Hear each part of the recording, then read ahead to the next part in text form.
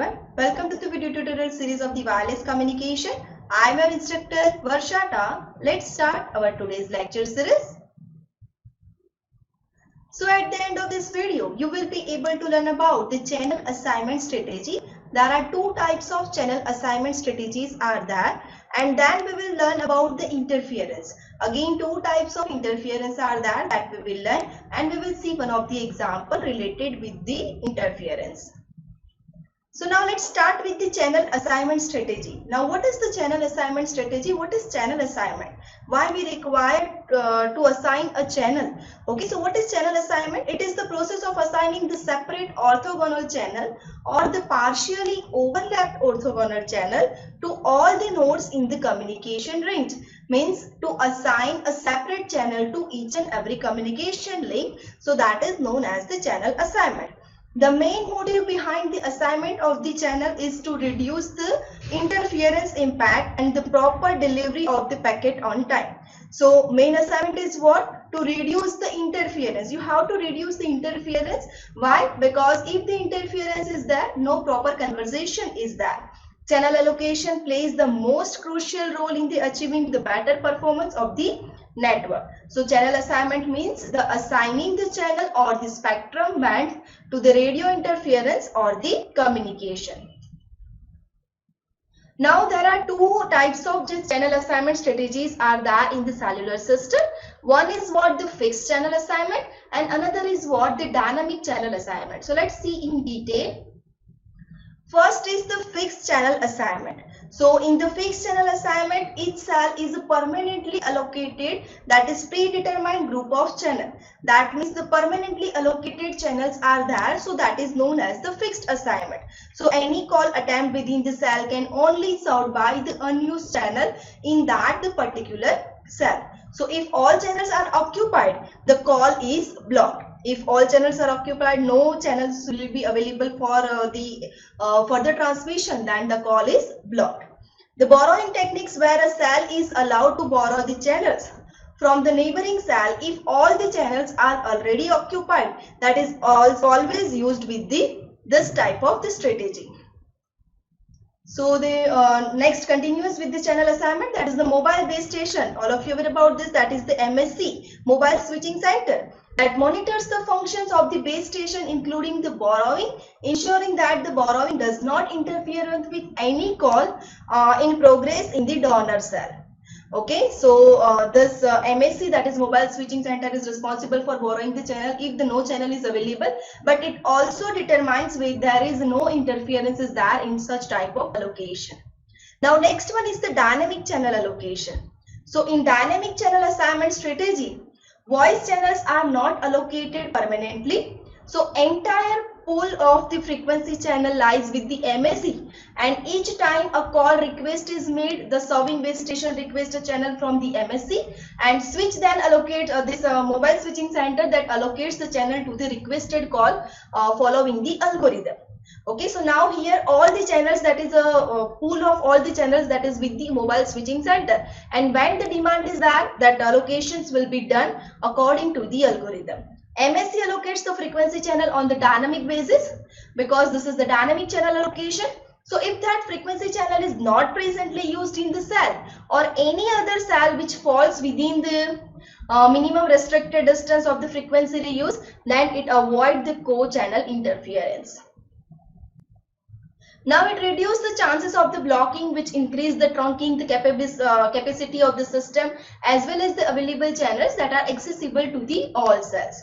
So in this mobile switching center, to collect the real-time data on the channel occupancy, traffic distributions, radio signal strength indications of the all channels on the continuous basis, thus increasing the computational load on the MSC. Because this is the dynamic channel allocations, every work should be done by in the proper way. No interference is there. All the calls should be located with the different channels. No channel interference is there. That everything that is determined by the mobile switching center. Now let's see what is the interference. So we have learned about the two types of channel allocation, and in channel the interference may be there. So what is the interference? So interference, that means what? Interference is the major factor in the performance of the cellular radio system. Okay, so interference, that means what? We can say the disturbance is there, crosstalk is there, noise is there. That all are the parameters of the interference. So sources of the interference includes the another mobile in the same cell, a call in the progress in the neighboring cell, or other base stations operating in the same frequency band, or any non-cellular system which inwardly leaks the energy into the cellular frequency band. So these are the reasons, these are the parameters why the interference can happen. So interference on voice channel causes the crosstalk, where the subscriber hears the interference in the background due to the undesired transmission. Sometimes also you have observed that the crosstalk. Okay, so on control channels, interference leads to the missed and the blocked call due to the errors in the digital signaling. Now basically there are two types of interference. Which are these two types? Co-channel interference is there and adjacent channel interference is there. So let's understand this thing with the co-channel interference and the adjacent channel interference with this figure. So here you can see the different cell clusters are there. In this cell clusters, you can see that they are working on the different frequency in the nearest area, but they are working on the same frequency at the reusable distance. Okay, so here you can see, for example, you can take the example of the any colored cell. So they are working on the different channels. They are having the different channels for transmitting the receiving. So the interference because of this channel, that is known as the co-channel interference. Now here you can see the adjacent cell have the different frequency to transmit the data. So the interference because of the frequency, that is known as adjacent channel interference. So same way you can see this different figure for understanding this. So here you can see the two channels are there, 1A and 1B. So in this particular radius, in the inner radius, it provides the 47 dB. After that, it provides the other dB, and after that, it provides the minus 100 dB. Okay, everything is in minus. Now here you can see when it is moving from center towards the diameter. So at the time what will happen, its radiations will become slow. So that means what? Here another channel is also there, the radiation is also there in this same channel. So at that time this interference will occur because they are the co-channel interference. Okay, and now the frequency, because of the frequency we have the adjacent channel interference is there. So here in this channel 1A inner side, here you can see the channel 1B's outer side, that is the minus 100 dB interference is there. So that is what the co-channel interference is there. So like this way you can define the what is the co-channel interference, and based on the frequency the interference is that we can say the adjacent channel interference is there. So now let's learn in detail what is the co-channel interference. So frequency reuse implies that in the given coverage area there are several cells that use the same set of frequency. So these cells are called the co-channel cells, and the interference between signals from this cell is called the co-channel interference. So unlike the thermal noise, which can be overcome by the increasing the signal to noise ratio, that is the SNR. So co-channel interference cannot be combated by simply increasing the carrier power of the transmitter. Why? Because increasing in the carrier transmit the power increase the interference to the neighboring co-channel cells.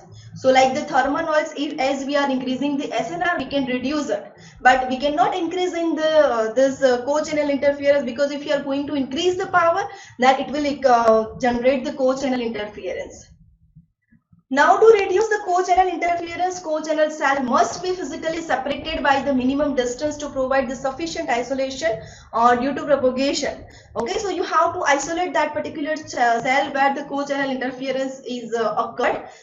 When the size of each cell is approximately the same, the base station transmit the same power, the co-channel interference ratio is independent of the transmitted power, and it becomes the function of the radius of the cell and the distance between the center of the nearest co-channel, that is known as the D. So by increasing the ratio of the DIR, that the spatial separations between co-channel cells relative to the coverage distance of the cell, that is increased.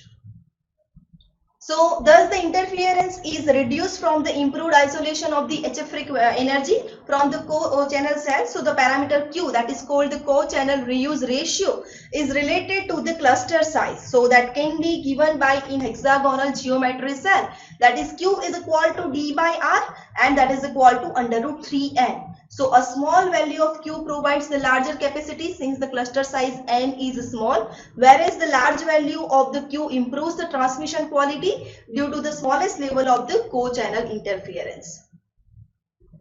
Now here you can see the formula is what the Q is equal to D by R under root 3N, and N is equal to what, that is in the frequency reuse factor, N is equal to what, I square plus Ij plus J square. So relation of D by R with the cluster size that is given by here you can see these are the numbers of possibilities is given to you. If the cluster size is 3, I is equal to 1 and J is equal to 1, then co-channel reuse ratio is 3. If I is equal to 1, J is equal to 2 and the cluster size is 7, then the co-channel reuse ratio is 4.58. So like this, if you are increasing the cluster size, co-channel reuse ratio is also increasing. Okay, so if you are increasing the cluster size, you have to increase the co-channel reuse ratio. Now let's see the adjacent channel interference. So adjacent channel interference is the interference due to signal which are the adjacents in the frequency to the desired allocated signal to a call. Adjacent channel interference is basically due to the equipment limitations such as the frequency instability, receiver bandwidth and imperfect filtering, which allow the nearby frequencies to leak into passband, and also results from the imperfect receivers filters which may allow the nearby frequency leakage. Okay, so we can say the adjacent channel interference is because of the frequency. Okay, so because of the frequency interference, adjacent channel interference is occurred. So to minimize this, channels need to be allocated in such a way that frequency separations between channel is in given cell is maximized. So here you can use the filter method, different types of filter method to prevent this adjacent channel interference ratio. Now next is what, the signal to interference ratio. Okay, so let I0 be the numbers of the co-channel interferencing cell. Then the signal to interference ratio, that is known as S by I, or it is known as the SIR for the mobile receiver which is monitored as a forward channel. It can be expressed as, this is the formula that is given, S upon I is equal to S upon sigma I is equal to 1 to sigma I is equal to N. And here you can see II. So where S is what? S is what, the desired signal power from the desired base station, and is the interference power caused by the ith interferencing co-channel cell base station. So if the signal level of the co-channel cells are the known, the SI, that is signal to interference ratio for the forward link, can be found using this equation. So propagation measurement in the mobile radio channel show that the average received signal strength at any point decays as a power law of the distance of the separations between the transmitter and the receiver. The average received power P at the distance D from the transmitting antenna, that can be given by PR is equal to P0, that is D by D0 raised to minus N. Here N is what, the path loss exponent. So if you will solve it, then you can find this following formula. PR in the decimal M is equal to P0 dBm minus 10 N log D by D0. So here again the N is a path loss exponent. So where P0 is what, the power received at the close in the reference point, at the far field region of the antenna, and at the small distance T0 from the transmitting antenna. So and N is a path loss exponent. So when the transmit power of the each base station is equal, the path loss exponent is the same. So throughout the coverage area. So how we can define the SI? So SI is equal to R raised to minus N upon the sigma I is equal to 1 to N Di minus N. So like this way you can define this S upon I. Now, so considering only the first layer of the interferencing cell, if all the interferencing base stations are equivalent from the desired base station, and if this distance is equal to distance D between cell centers, then equation S of I, that is simplifies to S of I is equal to D by R raised to N. Okay, D by R is what? Under root 3N. So you can simplify this formula, under root 3N raised to N divided by I0. Here I0 is the cluster size. So this equation relates S of I to the cluster size. So it defines the relations between signal to interference to the cluster size, where N is which in turn determine the overall capacity of the system. So for SIR, general consideration is given by SI, that means what? Signal power divided by the total interference due to the co-channel. So how we can define these co-channel interference ratio? So the same formula is there, divided by 6 is there, because the 6 geometry, we are using the hexagonal geometry cell, that's why. And here the formula is given by S of IR.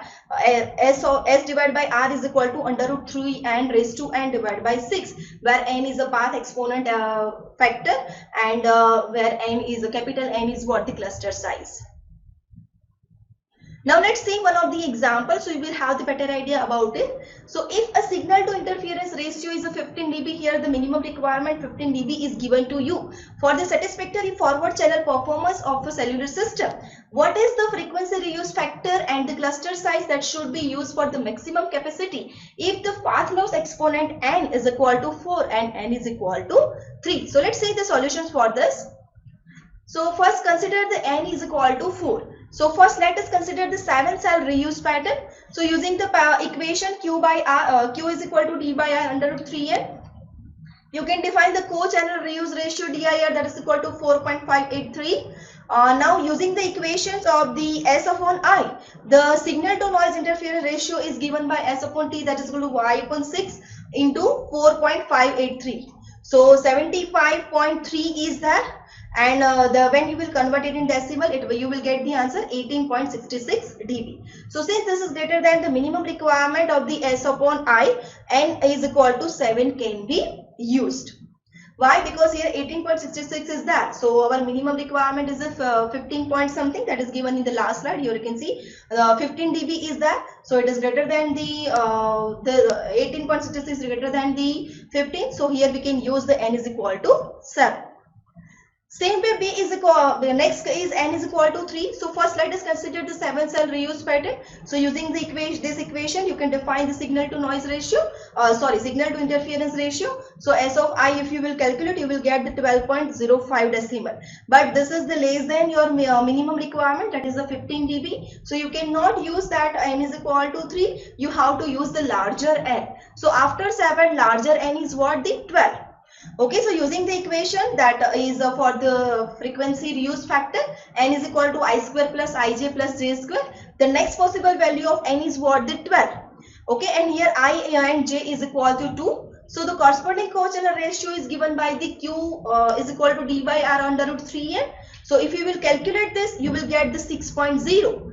And using the equation that is n is equal to I square plus ij plus j square, you can define the signal to interference ratio, and it is given by S upon I, that is 1 upon 6 into 1 upon 6x, that is equal to 36, that is equal to 15.56 dB. So since this is greater than the minimum requirement, so you can use the n is equal to 12. Now in this video we have learned about the channel assignment strategy, and we have learned about the interference. In channel assignment strategy we have learned about the two types of assignment. Dynamic assignment is there and the fixed assignment is there. And in interference we have learned the two types of interference, co-channel interference and the adjacent channel interference is there. And then we have learned about one of the examples of the interference of the signal to interference ratio. So thank you for watching. We will meet in the next lecture with a new topic. Thank you.